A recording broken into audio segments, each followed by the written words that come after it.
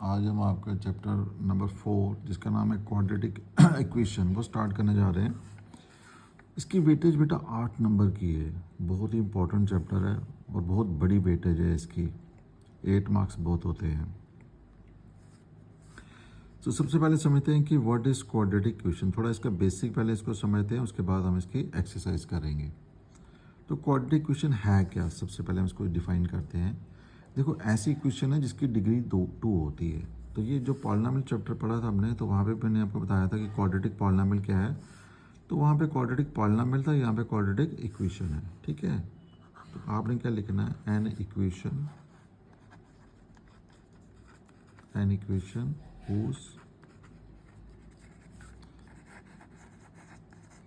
Degree is 2, उस degree is 2 is called quadratic equation. उसको आप बोलते हो क्वाड्रेटिक इक्वेशन। बड़ी सिंपल सी डेफिनेशन है। ऐसी इक्वेशन जिसकी डिग्री कितनी होती है, 2, उसको क्या बोलते हो, क्वाड्रेटिक इक्वेशन। ठीक है बेटा। इसकी जो स्टैंडर्ड फॉर्म है, द स्टैंडर्ड फॉर्म, इसकी स्टैंडर्ड फॉर्म है बेटा, standard form of quadratic equation can be written as, उसको आप कैसे ले सकते हो, ax² plus bx plus c is equal to 0। और यहाँ पे बेटा a आपका 0 के बराबर नहीं होगा। जो a है 0 के बराबर नहीं होगा। अगर a 0 के बराबर हो गया, यहाँ पे मान लो a 0 के बराबर हो गया, तो 0 × x², 0। तो ये पूरी की पूरी जो टर्म है यही खत्म हो जाएगी। तो आपके पास क्या बचेगा फिर, you are left with bx plus C. तो bx प्लस सी जो होगी वो एक क्वाड्रेटिक नहीं रहेगी, क्योंकि उसकी डिग्री कितनी आ जाएगी, 1। वो एक लीनियर इक्वेशन बन जाएगी। इसलिए यहाँ पे a जो है वो हमारा 0 के बराबर नहीं हो सकता। कई बार बेटा MCQ में भी ऐसी क्वेश्चन पूछ देते हैं कि ये क्वाड्रेटिक इक्वेशन वहाँ पे दी होगी और वहाँ लिखा होगा a 0 हो सकता है या नहीं हो सकता है, या b 0। b and c can be 0। हमें b और c से कोई लेना देना नहीं, हमारा a 0 नहीं होना चाहिए यहाँ पे। दूसरा, ए बी सी क्या है, ये सारे रियल नंबर्स हैं। ठीक है, A B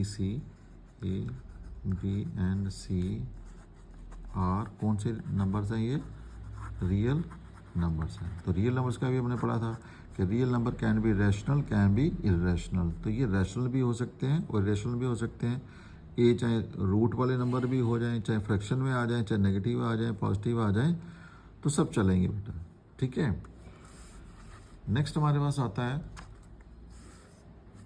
roots of quadratic equation. Number 2 पे आप ले लीजिए रूट्स ऑफ क्वाड्रेटिक। चलिए कोई एग्जांपल्स ले लेते हैं हम यहाँ पे पहले। तो मेरे पास एग्जांपल्स क्या आ जाएंगी, let it be 3x² plus 4x plus 5 is equal to 0। ठीक है जी।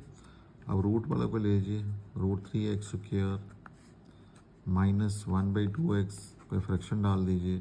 ठीक है, प्लस 7 इज इक्वल टू 0। तो ऐसी बहुत सारी एग्जांपल्स आप खुद से बना सकते हो। These are all the quadratic equations. Next हमारे पास है roots of quadratic equation. Quadratic equation के रूट्स क्या होते हैं, roots of quadratic equation. Roots को बेटा सॉल्यूशन भी बोलते हो आप। ठीक है, इसको थोड़ा ध्यान से देखना कि रूट्स ऑफ क्वाड्रेटिक इक्वेशन क्या होते हैं। ठीक है, रूट्स क्या होती हैं, वेरिएबल की वो वैल्यू बेटा जो क्वाड्रेटिक इक्वेशन को सेटिस्फाई कर देंगी। So those values of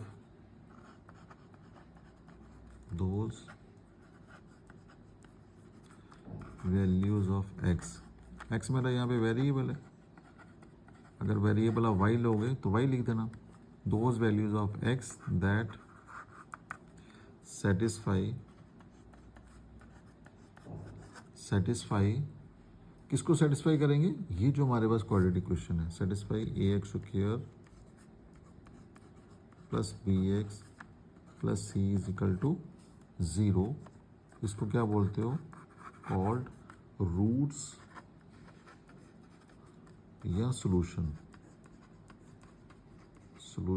of quadratic equation के यहाँ तो ये रूट्स होंगे, यहाँ तो इसके क्या होंगे, सोल्यूशन हो जाएंगे बेटा। ठीक है, चलिए एग्जांपल देखते हैं। यहाँ पे कोई मान लीजिए मेरे पास कोई क्वाड्रेटिक इक्वेशन है, सिंपल सी मैं ले रहा हूँ यहाँ पे x² -9 is equal to 0। Simple, आसानी से सॉल्व हो जाएगी ये। यहाँ पे देखिए x² मेरा कितना आ जाएगा, x² इज इक्वल टू 9, तो मेरा x कितना आ जाएगा यहाँ पे। देखो ये स्क्वायर जब इस तरफ शिफ्ट होता है तो यहाँ पे रूट आ जाता है, लेकिन बेटा जब रूट तो आता है लेकिन इसके साथ ना दो साइन भी आ जाते हैं, एक प्लस का आता है और एक माइनस का आता है। This implies that x is equal to, अब √9 तो 3 आ जाएगा, √9 का मतलब क्या हो गया 3 का स्क्वायर, तो यहाँ पे आंसर कितना आ जाएगा 3। यानी कि मेरे पास x की दो वैल्यू आ गई हैं, एक x आ गया प्लस का 3 और एक x आ गया माइनस का 3। तो एक x आ गया मेरे पास 3 और एक कौन सा आ गया माइनस का 3। ठीक है, अब ये मैंने क्या कह दिया कि ये इसके क्या हैं, रूट्स हैं। अब चेक करते हैं कि क्या इसके रूट्स हैं। ये तो आ गया वैल्यूज़ ऑफ x। अब देखो इसको डेफिनेशन को कैसे जस्टिफाई करेंगे। Values of x, values of x तो आ गई हमारे पास, दैट सेटिस्फाई, इसको सेटिस्फाई भी करनी चाहिए। सेटिस्फाई का मतलब ये हुआ, अगर मैं ये वाली वैल्यू, अब इसको तो नहीं सेटिस्फाई करेंगे, अब किसको सेटिस्फाई करेंगे, इसको, क्योंकि मैं ये वाली क्वाड्रेटिक इक्वेशन ले रहा हूँ। अब ये जो वैल्यूज़ है जब मैं यहाँ पे पुट करूँगा तो इस क्वेश्चन को सेटिस्फाई करनी चाहिए। सेटिस्फाई का मतलब लेफ्ट हैंड साइड मेरी राइट हैंड साइड के बराबर आनी चाहिए। Let it be first, no put x equal to 3 in first. अगर मैं 3 को फर्स्ट में पुट करता हूँ तो मेरे पास क्या आता है, 3 का square -9 which is equal to 0। तो 3 का स्क्वायर क्या होता है, 9 - 9 विच इज़ इक्वल टू 0। तो 9 - 9 क्या होता है, 0 इज इक्वल टू 0, तो विच इज़ ट्रू। ये तो ट्रू है बेटा। इट मीन्स कि 3 इसको सेटिस्फाई कर रहा है। अब चेक करते हैं कि क्या -3 भी इसको सेटिस्फाई कर रहा है, नहीं कर रहा। No put x is equal to -3 in first. जब -3 यहाँ पे पुट करेंगे तो क्या आएगा, -3 का स्क्वायर -9 इज इक्वल टू 0। अब माइनस का स्क्वायर आपको आता प्लस ही होता है, तो 3 का स्क्वायर कितना हो गया, 9 - 9 is equal to 0। Again 0 is equal to 0, तो ये भी क्या आ गया आपके पास, ट्रू। इट मीन्स कि जो दोनों वैल्यूज़ हैं ये इस क्वाड्रेटिक इक्वेशन को सेटिस्फाई कर रहे हैं। इट मीन्स कि ये 3 और -3 क्या हो जाएंगे, इसके रूट्स हो जाएंगे। So therefore roots of quadratic equation क्या आ जाएंगे, -3 एंड 3, या 3 और -3 कुछ भी आप ले सकते हो। ठीक है बेटा, तो ये था कि रूट्स ऑफ क्वाड्रेटिक इक्वेशन क्या होते हैं। तो ये बेसिक चीज़ें बेटा आपको पता होना चाहिए कि रूट्स क्या हैं, क्वाड्रेटिक इक्वेशन क्या है। ठीक है, डेफिनेशन का मीनिंग आप बेटा सबको क्लियर होना चाहिए यहाँ पे। चलिए नेक्स्ट देखते हैं हमारे पास क्या है कि कोई भी अगर क्वाड्रेटिक इक्वेशन है तो उसको आप कितने तरीके से सॉल्व कर सकते हो। सो मेथड्स ऑफ, कितने तरीके हैं हमारे पास। So methods of solving a quadratic equation. एक क्वाड्रेटिक इक्वेशन को सॉल्व करने के हमारे पास कितने तरीके हैं। ठीक है, जो आप तरीके तो वैसे बहुत सारे हैं, लेकिन जो आपके सिलेबस में है बेटा वो 2 ही तरीके यहाँ पे बताए हुए हैं। एक है फैक्टराइजेशन मेथड, फैक्टराइजेशन मेथड है। तो ये बेटा फैक्टराइजेशन मेथड जो है इसकी मैंने अलग से एक वीडियो बनाई है। जब पॉलिनोमियल का चैप्टर मैंने पढ़ाया था आपको, तो वहाँ पे मैंने अलग से एक वीडियो बनाई हुई है, particularly how to factorize a quadratic polynomial. तो उसको बेटा आप ज़रूर देखिए जाके। देन सेकंड है क्वाड्रेटिक फार्मूला, क्वाड्रेटिक फार्मूला। तो ये 2 तरीके यहाँ पे अप्लाई करेंगे हम इस आपके चैप्टर के अंदर, एक फैक्टराइजेशन मेथड, दूसरा क्वाड्रेटिक फार्मूला। तो फैक्टराइजेशन मेथड ये तो सिंपल ही है, वही जैसे मिडल टर्म को सेपरेट करते हैं या कुछ और भी तरीके हैं। तो ये वहाँ वीडियो आप देखिए, वहाँ पूरी पिक्चर वहाँ पे क्लियर हो जाएगी आपको। तो क्वाड्रेटिक फार्मूला क्या होता है, तो क्वाड्रेटिक फार्मूला कैसे लिखा जाता है। So it is given bye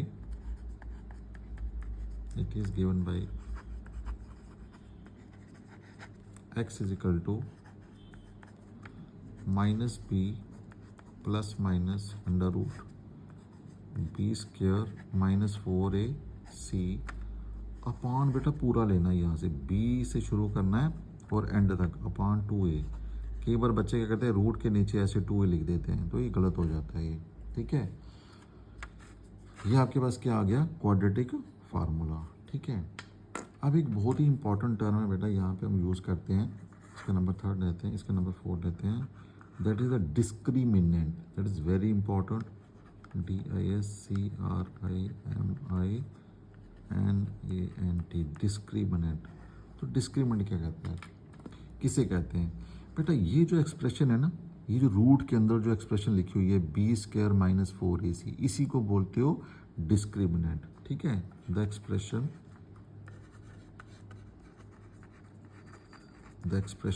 b² - 4ac को ही आप क्या बोलते हो, is called discriminant, is called discriminant. इसका मतलब क्या होगा कि जो d है मेरा वो किसके बराबर आ जाएगा, b² - 4ac, ठीक है, b² - 4ac। तो बेटा इसका बहुत बड़ा रोल है कि नेचर ऑफ रूट्स को डिसाइड करने में, ठीक है। ये जो डिस्क्रिमिनेंट है ये क्या डिसाइड करता है, नेचर ऑफ रूट्स को। So it tells us about the nature of roots, हमारे पास रूट्स की नेचर कैसी होगी, क्या वो रियल होंगे, ठीक है, क्या वो रियल नहीं होंगे, नॉन रियल में होंगे। तो आइए देखते हैं कि नेचर ऑफ रूट्स को थोड़ा सा डिस्कस कर लेते हैं। तो नेचर ऑफ रूट्स,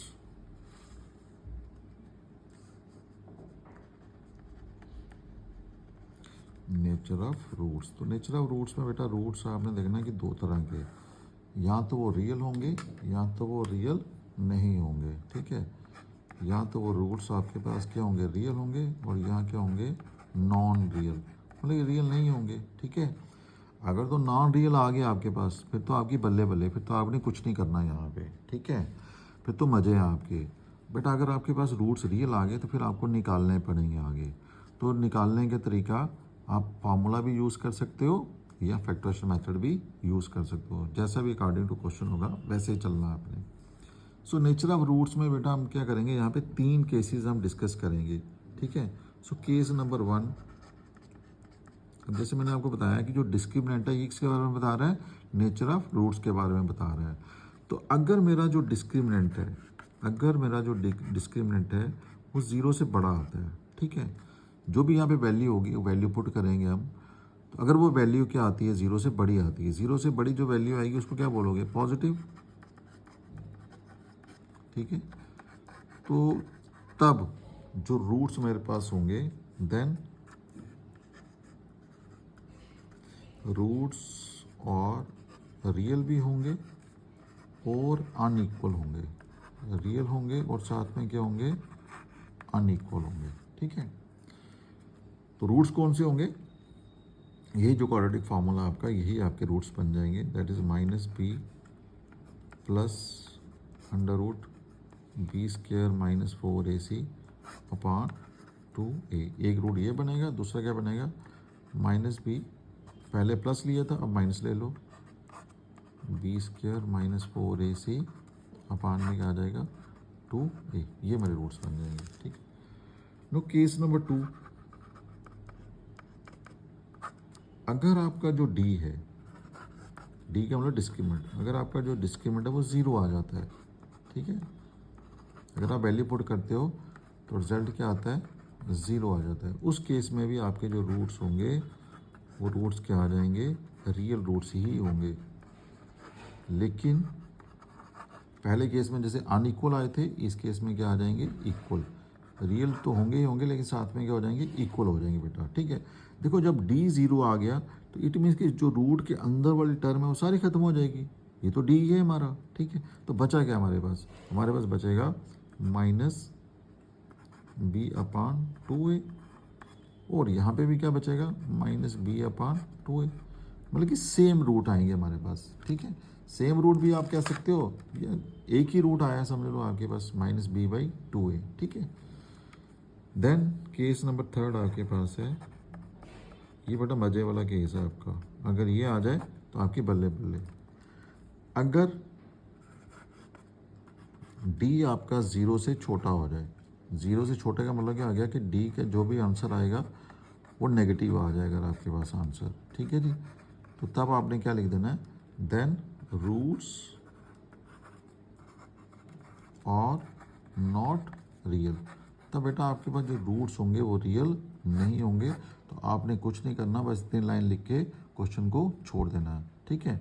ये आगे जब 11th में जाओगे तो वहाँ पे आप पढ़ोगे कम्प्लेक्स नंबर, तो रूट अगर रियल नहीं होंगे तो कौन से होंगे, उनका नाम होता है बेटा कम्प्लेक्स नंबर, ठीक है। ऐसे आप याद रखिए, आगे आप स्टडी करोगे इसके बारे में सारा। तो ये सारी थी बेटा इसकी इंट्रोडक्शन क्वाड्रेटिक इक्वेशन की। तो चलिए अब नेक्स्ट हम करेंगे उसकी एक्सरसाइज, उसमें से क्या क्या क्वेश्चंस हैं। Okay, hope you like the video, thank you.